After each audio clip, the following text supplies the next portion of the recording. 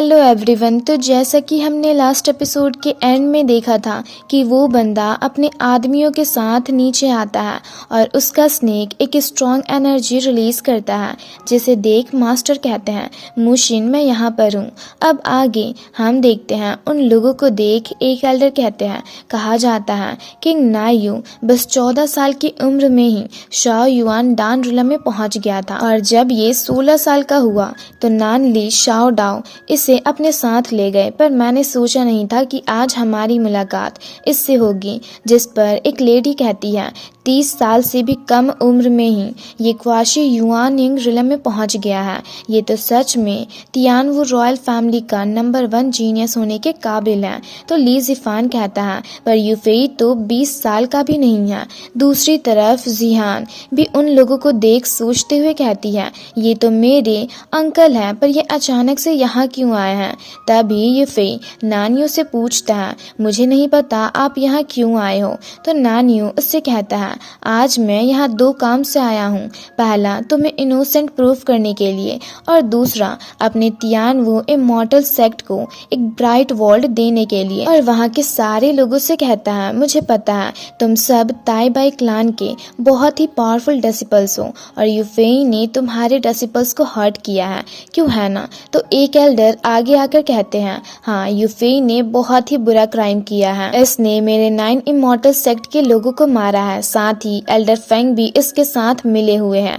तो इन दोनों को तो सजा मिलनी ही चाहिए। तो नानी उससे कहता है शेनबिंग विला में यूफेई से यही क्वेश्चन करने गए थे कि अचानक से यूनहाई विला के मीटिंग में सब मारे क्यों गए। तो वो एल्डर कहते हैं हाँ। तो नानियो उनसे कहता है अगर ऐसी बात है तो मेरे पास यूफेई को इनोसेंट प्रूफ करने के लिए एक एविडेंस है। तभी उसके साथ आया एक बंदा सबसे कहता है मैं तिहाने काउंटी का गवर्नर तान सिहाई हूँ और मैं भी यूनहाई विला में शिन युआन के बर्थडे पार्टी में मौजूद था, जिसका मेरे पास एक छोटा सा क्लिप है। और ये कहकर वो उन्हें शिन युआन की बर्थडे पार्टी का सीन दिखाता है जहाँ यूफेई उससे अपने पेरेंट्स के मर्डरर के बारे में पूछ ही रहा था कि तभी कोई शिन युआन पर अटैक करके उसे खत्म कर देता है, जिसे देख वो एल्डर कहते हैं पर इससे ये प्रूफ नहीं होता कि यूफेई मर्डरर नहीं है। तो तान सिहाई उससे कहता है वहाँ के मॉन्क्स यूफेई को खत्म करके ट्रेजर्स को लेना चाहते थे, पर अगर यूफेई ही मर्डरर होता तो वो उन सबको एंटीडोट क्यों देता। तो वो एल्डर कहते हैं हो सकता है बाद में उसका माइंड चेंज हो गया हो। तो नानियो कहता है तो मेरे पास एक और एविडेंस है और जिहान को एविडेंस सबको दिखाने को कहता है, जिसे सुनकर सांग कहती है लगता है इस नानियो को सब कुछ पता है। तो यूफेई कहता है पहले सब कुछ ऑब्जर्व करते हैं उसके बाद बात करेंगे। तभी जिहान भी सबको जंगल का एक छोटा सा क्लिप दिखाती है, जिसे देखने के बाद नानियो सबसे कहता है इससे भी ये पता चलता है कि यूफेई मर्डरर नहीं है, क्योंकि उस जंगल में वो असासिन्स भी मौजूद थे और मुझे विश्वास है आप लोगों को सही और गलत के बीच का फर्क पता होगा। जिसे सुनकर वो एल्डर भी हैरान होते हैं और कोई जवाब नहीं देते। तो नानियो सबको बताता है कि पास्ट में भी शेनविंग विला में सारे सेक्ट्स के कल्टीवेटर्स ने इन एविडेंस को देखा था, फिर भी उन्होंने अटैक करके एक बहुत बड़ी गलती की। तो क्या अब तुम लोग भी वही गलती दोबारा करना चाहते हो। जिस पर ली जिफान उसकी बातों से एग्री करते हुए कहता है हाँ मुझे भी यूफेई पर पूरा भरोसा है, क्योंकि मैं भी उसके साथ माउंटेन पर गया था। तो वो एक मर्डरर नहीं हो सकता और तुम लोगों के एविडेंस को इग्नोर करने के कारण यूफेई को प्रॉब्लम्स फेस करने पड़ रहे हैं। तो नानियो सबसे कहता है अगर तुम सब सच में अपने साथियों की मौत का बदला लेना चाहते हो तो तुम सबको एक साथ मिलकर काम करना होगा और इन सारे खेल के पीछे के मास्टरमाइंड को ढूंढना होगा। जिस पर कुछ बंदे आपस में बातें करने लगते हैं कि मुझे लगता है यही सही होगा, क्योंकि वैसे भी हम सब यूफेई को नहीं हरा सकते, तो क्यों ना रियल मर्डरर को ढूंढकर उससे बदला लें। जिसे सुनकर एक लेडी मास्टर से फेंग सिस्टर के बारे में पूछती है और कहती है अगर आप हमें उसका पता बता दो तो ये मैटर आसानी से सॉल्व हो जाएगा। तो मास्टर उससे कहते हैं, फेंग सिस्टर मेरे ताई बाई क्लान में नहीं है। जिस पर एक बंदा कहता है वो लोग यहाँ से जा चुकी है, जिसे सुनकर जिहान कहती है कि लगता है फेक एम्पायर ने ये सब जानबूझकर अरेंज किया था ताकि इन तीनों मास्टर्स की मदद से वो यूफेई की स्ट्रेंथ का पता लगा सके, और अगर ये तीनों मास्टर यूफेई को कैप्चर कर लेते तो उसके लिए एक बहुत बड़ी मुसीबत सॉल्व हो जाती, और ऐसा नहीं होता तो भी उन्हें अपनी स्ट्रेंथ को इंक्रीज करने का टाइम मिल जाता। जिसे सुनकर नानियो एक बंदे से पूछता है, क्या तुम्हें पता है वो कहाँ पर है? तो वो बंदा उससे कहता है, हम एम्पायर के साथ कुछ करने की भी हिम्मत कैसे कर सकते हैं? जिसे सुनकर एल्डर फेंग की वाइफ कहती है, तो अब हम क्या करें? जिस पर नानियो कहता है, मुझे लगता है मुझे इस मैटर के बारे में कुछ चीजें पता है। तो एल्डर फेंग उससे वो सबको बताने को कहते हैं। तो नानियो उन्हें एक क्लिप दिखाता है जिसमें हम देखते हैं रूबी अपने साथियों के साथ शैनबिंग विला से लौटकर एक केव के अंदर चली जाती है।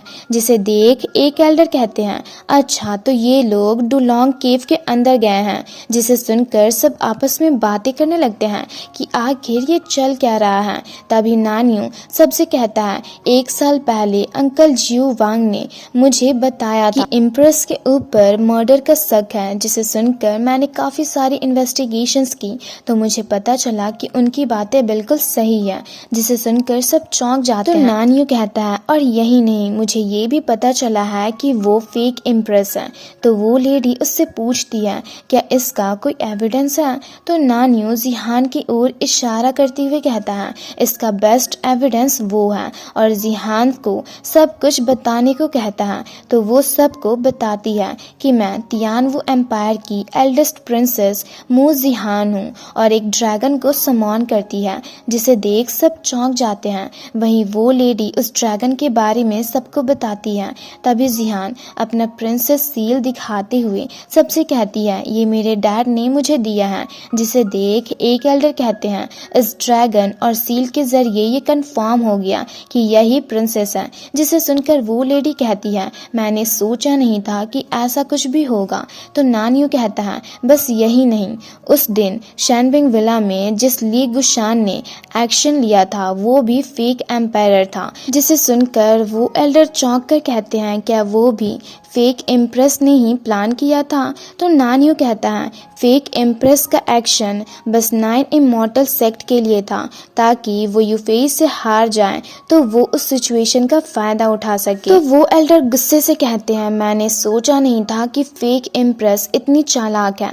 और जिहान से कहते हैं, प्रिंसेस आप फिक्र मत कीजिए, हमारा 9 इमॉर्टल सेक्ट बस खड़ा होकर तमाशा देखने वालों में से नहीं है।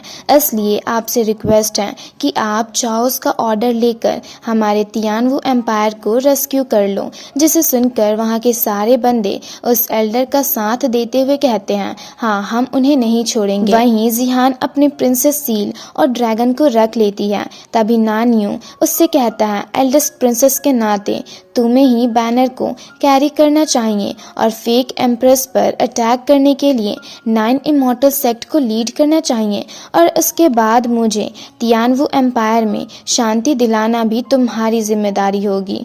पर जिहान उसका कोई जवाब नहीं देती। वहीं बाकी सारे लोग नानियो की जय जयकार करने लगते हैं।